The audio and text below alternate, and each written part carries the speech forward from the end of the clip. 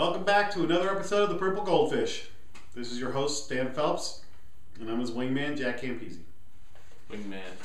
We are continuing our look back at some of our favorite purple goldfish from the top 5, the first 500 purple goldfish. So we put together a list, I think, of the top 100.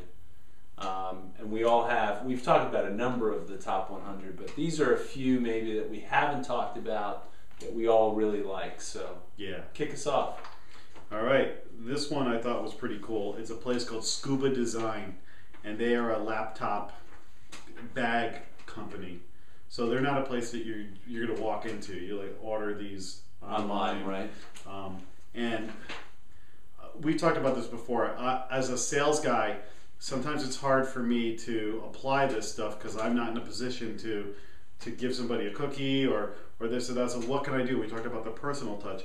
Well, Scuba empowers their employees to they have free reign over giving away things, upgrading people. So maybe it's a free camera strap, or maybe it's free shipping. Anything they want to do to if they feel like they need to make it right or do that little extra. And what's the threshold? I don't know exactly what the threshold is, but they said that giving free shipping or a free camera strap isn't going to make or break anything. Right. So it's worth the cost of that to get it done. So I would imagine that they're not going to give away 10 laptop bags to somebody, right. But free shipping. Right. Whoa, really? Or we're going to overnight that for the price of... I think the owner of the company said anything that's under $100, free reign.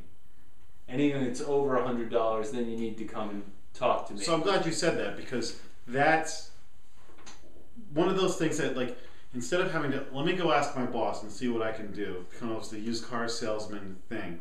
If you can just, boom, listen, I don't like the way this is going, I'm sorry, I want to make sure that you're happy, I'll tell you what, and then you just pull the trigger on something, that person's going to feel great about it, and not only that, they're going to feel like when they're talking to you, that you're a difference maker, and that it's not like, why am I wasting my time with you, let me talk to somebody who can help. So I really appreciate that management does that, and I encourage, give your employees some control and some let go of the reins a little bit and let them surprise and delight a little bit. Right.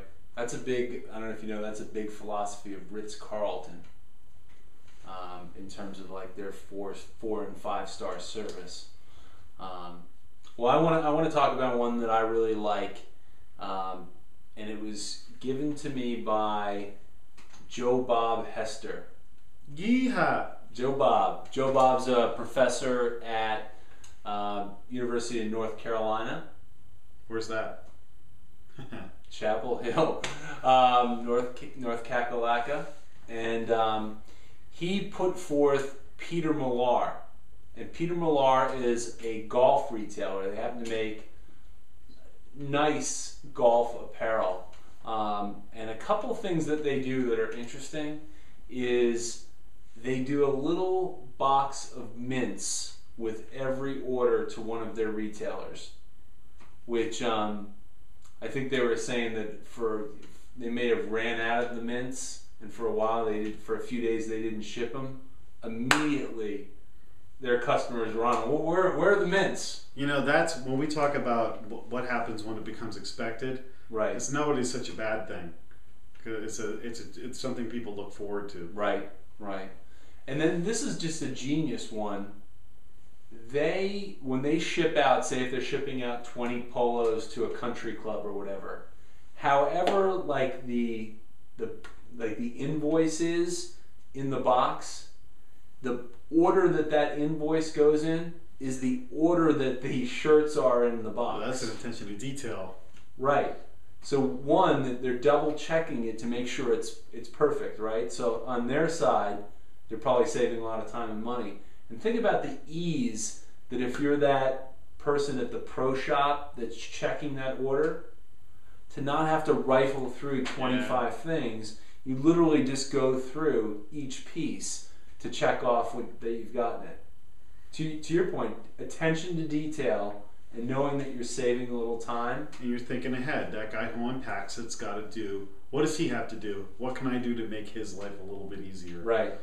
You know, wow, it's the little things. And that totally, in the long run, when it's you against somebody else, right? Who am I going to go with? I go with these guys. Right. And make it easier. And these guys, from what I understand, I've actually have a polo that's made by them because we did a Golf Digest event a while back. But very high quality, and they don't.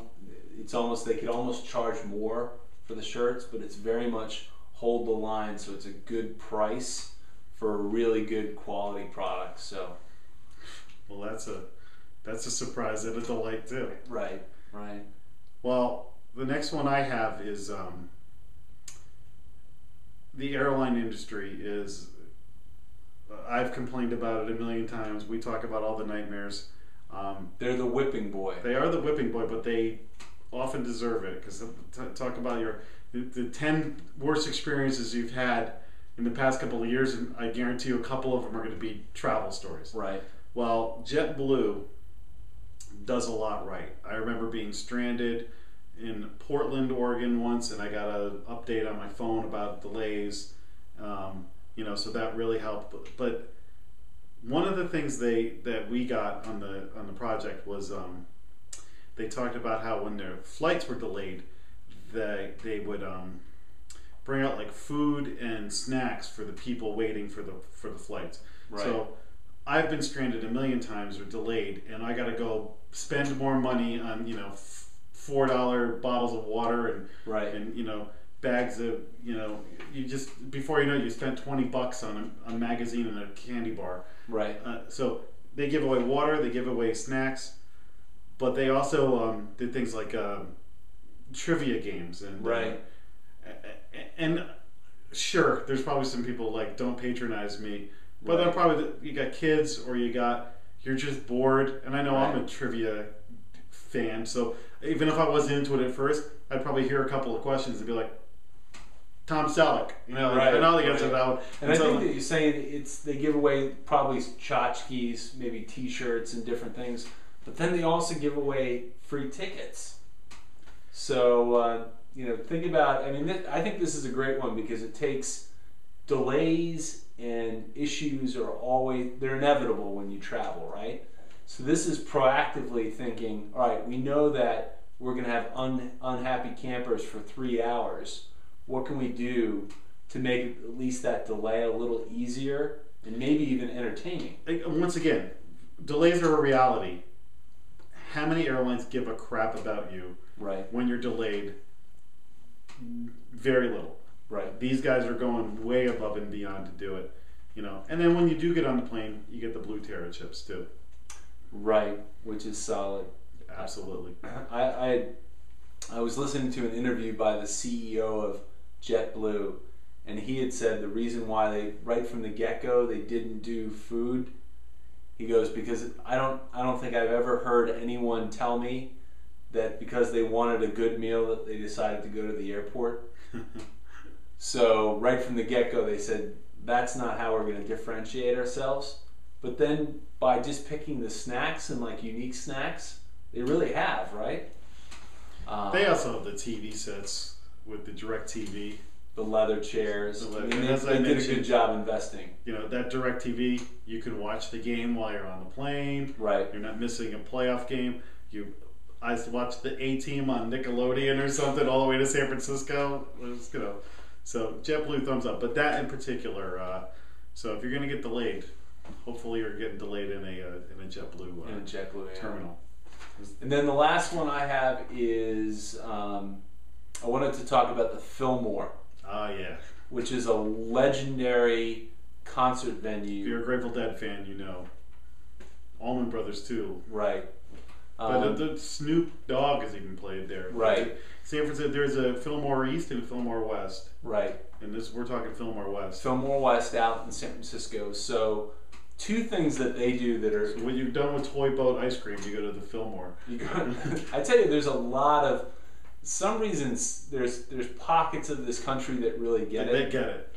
And San Francisco, I tell you, is right up there. But anyway, if you go to the Fillmore and you went to a show, a couple of things. At the end of the night when you left, there'd be a huge barrel, and in it would be apples, and you could grab an apple on the way out. And I think even when you went into the theater, you could grab an apple.